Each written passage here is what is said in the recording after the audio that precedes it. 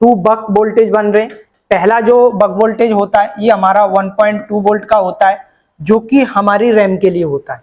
आपको पता होगा हमारी रैम के लिए दो वोल्टेज आते हैं, एक तो 1.2 वोल्ट और एक 0.6 वोल्ट। हेलो दोस्तों, कैसे हैं आप सब लोग? उम्मीद करते हैं आप सब लोग अच्छे होंगे। एक और शानदार वीडियो हम आपके लिए लेकर आ गए हैं और इस वीडियो में हम बताएंगे कि जितने भी हमारे 5G हैंडसेट आते हैं, जैसे रीस्टार्ट प्रॉब्लम में आ गया, चार्जिंग प्रॉब्लम में आ गया, या फिर आपका जो है डेड कंडीशन में आपके पास में आया है, तो इस 5G मोबाइल के अंदर एक हमारा आईसी लगा रहता है MT6360UP। अब ये जो आईसी है आपके बहुत सारे ब्रांड में देखने के लिए आपको मिलेगा।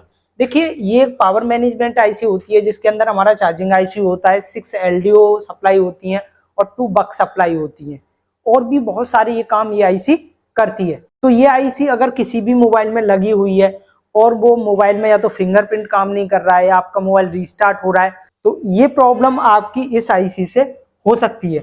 चलिए मैं इस आईसी को आपको एक्सप्लेन करता हूं और बताता हूं कि ये आईसी किस तरीके से काम करती है, और जो हमारा चार्जिंग आईसी है, इस जो हमारा 6 एलडीओ सप्लाई है वो कैसे बनता है, और जो 2 बक सप्लाई होता है वो किस तरीके से बनता है। अगर आपने हमारे यूट्यूब चैनल को अभी तक सब्सक्राइब नहीं किया तो सब्सक्राइब करना, साथ ही बेल आइकन दबा लें, और जिससे आने वाले वीडियो की नोटिफिकेशन आपको सबसे पहले मिल सके। देखिए, हमारे यूट्यूब चैनल पर आपको मोबाइल से रिलेटेड बहुत सारी वीडियो देखने के लिए मिलेंगी, जिससे आपको बहुत कुछ सीखने को मिलेगा। तो चलिए मैं आपको बोर्ड में दिखाता हूं कि ये आईसी किस तरीके से देखने के लिए मिलती है और आपको किस तरीके से इसको आइडेंटिफाई करना होता है। तो जैसा कि आप देख सकते हैं, ये एक पोको का M3 Pro सेट है, M3 Pro, और इसमें आप देख सकते हैं ये हमारा जो MT6360UP आईसी लगा हुआ है। और सबसे आसान चीज क्या है, इसके पास में आपको 3 कॉइल देखने के लिए मिलेंगी। ये सबसे अच्छी पहचान होती है इसको पहचानने के लिए, लेकिन आप इसको नंबर से भी पहचान सकते हैं। इसके ऊपर आपको MT6360UP जो नंबर है वो देखने के लिए मिलेगा। दूसरी कंडीशन में ये 3 कॉइल आपको इसके पास देखने के लिए मिलेगी। चलिए मैं कुछ और मॉडल में आपको दिखाता हूं कि ये आपको किस तरीके से देखने के लिए मिलती है। तो देख सकते हैं, ये मैंने Redmi Note 13 Pro का एग्जाम्पल लिया है, और आप देख सकते हैं यहाँ पर ये जो आईसी लगी हुई है, देखिए ये यहाँ पे लिखा हुआ है MT6360UP, और इस आईसी के पास में आपको 3 कॉइल देखने के लिए मिल रहा। तो सिंपल सी पहचान है, ये एक हमारा 5G हैंडसेट है और इसके पास में आपको 3 कॉइल देखने के लिए मिलेंगी, और इसके ऊपर MT6360UP नंबर देखने के लिए मिलेगा। अब चलिए मैं इसकी वर्किंग बताता हूं कि ये आईसी किस तरीके से वर्क करेगी। तो उसके लिए मैं आपको अपनी प्रेजेंटेशन में लेके आता हूं और दिखाता हूं कि आपको ये जो आईसी है इससे कितना वोल्ट आउट होता है, बक वोल्टेज कैसे बनते हैं, और वो बक वोल्टेज बन के किस किस सेक्शन में जाते हैं। तो जैसा कि आप देख सकते हैं, ये वो आईसी है, और इस आईसी से मैं आपको दिखा दूं, इधर आप देख सकते हैं 2 बक वोल्टेज बन रहे हैं। पहला जो बक वोल्टेज होता है ये हमारा 1.2 वोल्ट का होता है, जो कि हमारी रैम के लिए होता है। आपको पता होगा हमारी रैम के लिए 2 वोल्टेज आते हैं, एक तो 1.2 वोल्ट और एक 0.6 वोल्ट। अब ये जो पहली वोल्टेज होती है 1.2 वोल्ट की, ये हमारी ये आईसी बनाती है। अब ये आईसी खराब हो गई तो हमारा रैम ऑन नहीं होगा, और रैम ऑन नहीं होगा तो हमारा मोबाइल हो सकता है हैंग ऑन लोगों में आ जाए, रिस्टार्ट प्रॉब्लम में आ जाए, या आपको जो है ऑटो पोर्ट में चला जाए। ठीक है, उसके बाद में आप देखिए जो दूसरा वोल्टेज होता है हमारा, ये होता है 1.3 वोल्ट का, 1.3 वोल्ट का, जो कि हमारा जो दूसरा कॉइल होता है उससे बनता है। अब ये जो हमारा 1.3 वोल्ट का होता है ये हमारा RFIC के लिए होता है। अब हमारा मान के चलो ये 1.3 नहीं बना तो हमारा RFIC ऑन नहीं होगा और हमारे मोबाइल में नेटवर्क से रिलेटेड प्रॉब्लम देखने के लिए मिलेगी। अब देखिए, ये तो हुई इसकी बक वोल्टेज की बात। अब बात कर लेते हैं इसके जो 6 एलडीओ वोल्टेज होते हैं वो आपको किस तरीके से देखने के लिए मिलेंगे। अब देखिए, इसमें जो पहला एलडीओ वोल्टेज होता है ये होता है हमारा 1.8 वोल्ट का। अब ये जो 1.8 वोल्ट का जो एलडीओ वोल्टेज होता है ये हमारे फिंगरप्रिंट सेंसर के लिए जाता है। जो हमारा फिंगरप्रिंट सेंसर होता है उसके लिए वर्क कराता है। बहुत सारे आपने मोबाइल देखे होंगे कि आपने मोबाइल ऑन किया और आपका फिंगरप्रिंट सेंसर हीट होने लगता है और आपका मोबाइल रिस्टार्ट जो है उस कंडीशन में आ जाता है।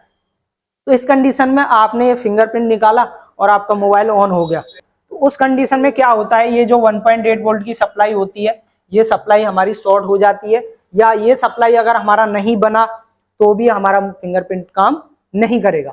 और दूसरा जो एलडीओ वोल्टेज होता है, ये भी हमारा 1.8 वोल्ट का होता है, जो कि हमारी टच के लिए जाता है। अब आपने देखा होगा कि हमारे मोबाइल में टच के लिए दो प्रोटोकॉल काम करते हैं, एक तो हमारा I2C प्रोटोकॉल होता है और दूसरा हमारा SPI प्रोटोकॉल होता है। और SPI प्रोटोकॉल के अंदर जो हमारा 1.8 का सप्लाई होता है वो हमारी टच के लिए काम करता है। तो अगर ये 1.8 का सप्लाई हमारे इस आईसी से नहीं बना तो हमारा टच वर्क नहीं करेगा। अब बात कर लेते हैं तीसरा एलडीओ वोल्टेज की, जो कि होता है हमारा 3.0 वोल्ट का। अब ये जो 3.0 वोल्ट का सप्लाई होता है, ये हमारा एसडी कार्ड के लिए होता है।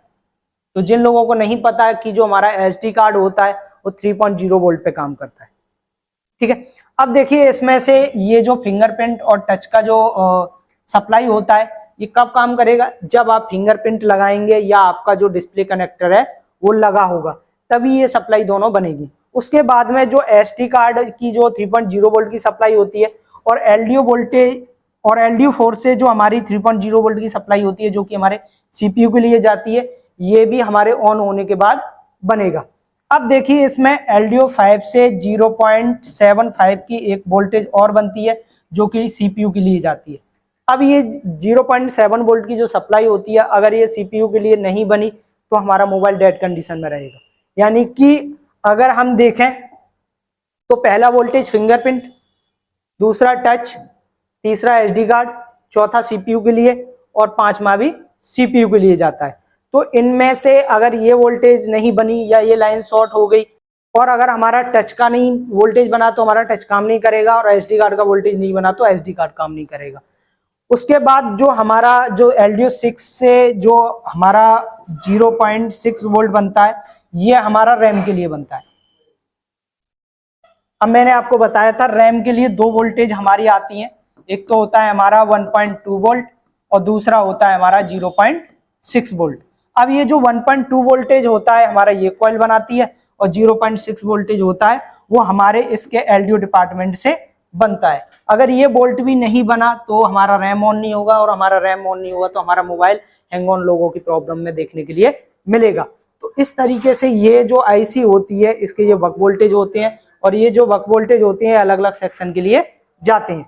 चलिए मैं आपको इसको डायग्राम से दिखाता हूं कि इस आईसी को डायग्राम से आपको कैसे आइडेंटिफाई करना होगा, कैसे इसे चेक करना होगा। तो आप देख सकते हैं एक डायग्राम है जो कि मैंने एक रेडमी मोबाइल का लिया हुआ है, और आप देख सकते हैं ये हमारा MT6360 यूपीआईसी है, और इसके ये दो बक कॉइल है। एक बक कॉइल से तो हमारा आप देख सकते हैं VDD2 के नाम से वोल्टेज आउट होता है, जो कि 1.2 वोल्ट का होता है, जो कि हमारा रैम के लिए होता है। और दूसरा जो वोल्टेज होता है यहाँ पे देख सकते हैं जो कि RFIC के लिए होता है, ये होता है हमारा 1.3 वोल्ट का। ये तो इसका हो गया हमारा बक सेक्शन। अब मैं इसका एलडीओ सेक्शन आपको दिखाता हूं कि ये जो एलडीओ सेक्शन है ये आपको किस तरीके से देखने के लिए मिलता है। तो जैसा कि आप देख सकते हैं ये हमारा जो एलडीओ डिपार्टमेंट है, और इस एलडीओ डिपार्टमेंट से आप देख सकते हैं यहाँ पर मैं आपको दिखा दूं जो पहला वोल्टेज आउट होता है हमारा, आप देख सकते हैं यानी FP, और ये जो हमारा वोल्टेज है ये फिंगरप्रिंट के लिए आउट होता है, जैसा कि मैंने आपको पीछे एक्सप्लेन किया है। उसके बाद में हमारा एक दूसरा वोल्टेज होता है VDD-MR, जो कि सीपीयू के लिए होता है। एक हमारा VDD-Q का वोल्टेज होता है जो कि 0.6 वोल्ट का होता है, जो कि रैम की सप्लाई होती है, ठीक है। तो इस तरीके से यहाँ पे देख सकते हैं ये हमारे 6 जो कि देखिए TP है हमारा टच पॉइंट, यानी जो हमारी टच की सप्लाई होती है उसके लिए काम कर रहा है। ये सप्लाई हमारा 2.8 वोल्ट या 1.8 वोल्ट आपको देखने के लिए मिलेगा, जो कि इसके एलडीओ डिपार्टमेंट से आता है। तो आप देख सकते हैं इस तरीके से जो हमारा MT6360 यूपीआईसी होता है वो काम करता है, और इससे जो हमारे 6 एलडीओ वोल्टेज होते हैं और 2 बक वोल्टेज होते हैं वो निकलते हैं। अगर इनमें से कोई भी वोल्टेज मिसिंग हो जाती है हमारी टच की या हमारी फिंगरप्रिंट की या हमारी जो रैम रोम की, तो आपको इस आईसी पर काम करना होगा। अगर इस आईसी को आपने अच्छे से आइडेंटिफाई कर लिया, इस वीडियो को अच्छे से देख लिया, जितने भी आपके पास 5G हेडसेट आएंगे और उनमें अगर इससे रिलेटेड कोई भी प्रॉब्लम आपको देखने के लिए मिल रहा है, तो आप स्टेप बाय स्टेप इस वीडियो को देख के उस मोबाइल को आसानी से रिपेयर कर सकते हैं। आई होप कि इस वीडियो से आपको बहुत कुछ सीखने को मिला होगा। अगर आपको थोड़ा सा नॉलेज मिला है तो वीडियो को लाइक, चैनल को सब्सक्राइब करना, साथ ही बेल आइकन दबा लें, जिससे हमारे आने वाले वीडियो की नोटिफिकेशन आपको सबसे पहले मिल सके। तो मिलते हैं ऐसी किसी नेक्स्ट वीडियो के साथ, तब तक के लिए धन्यवाद।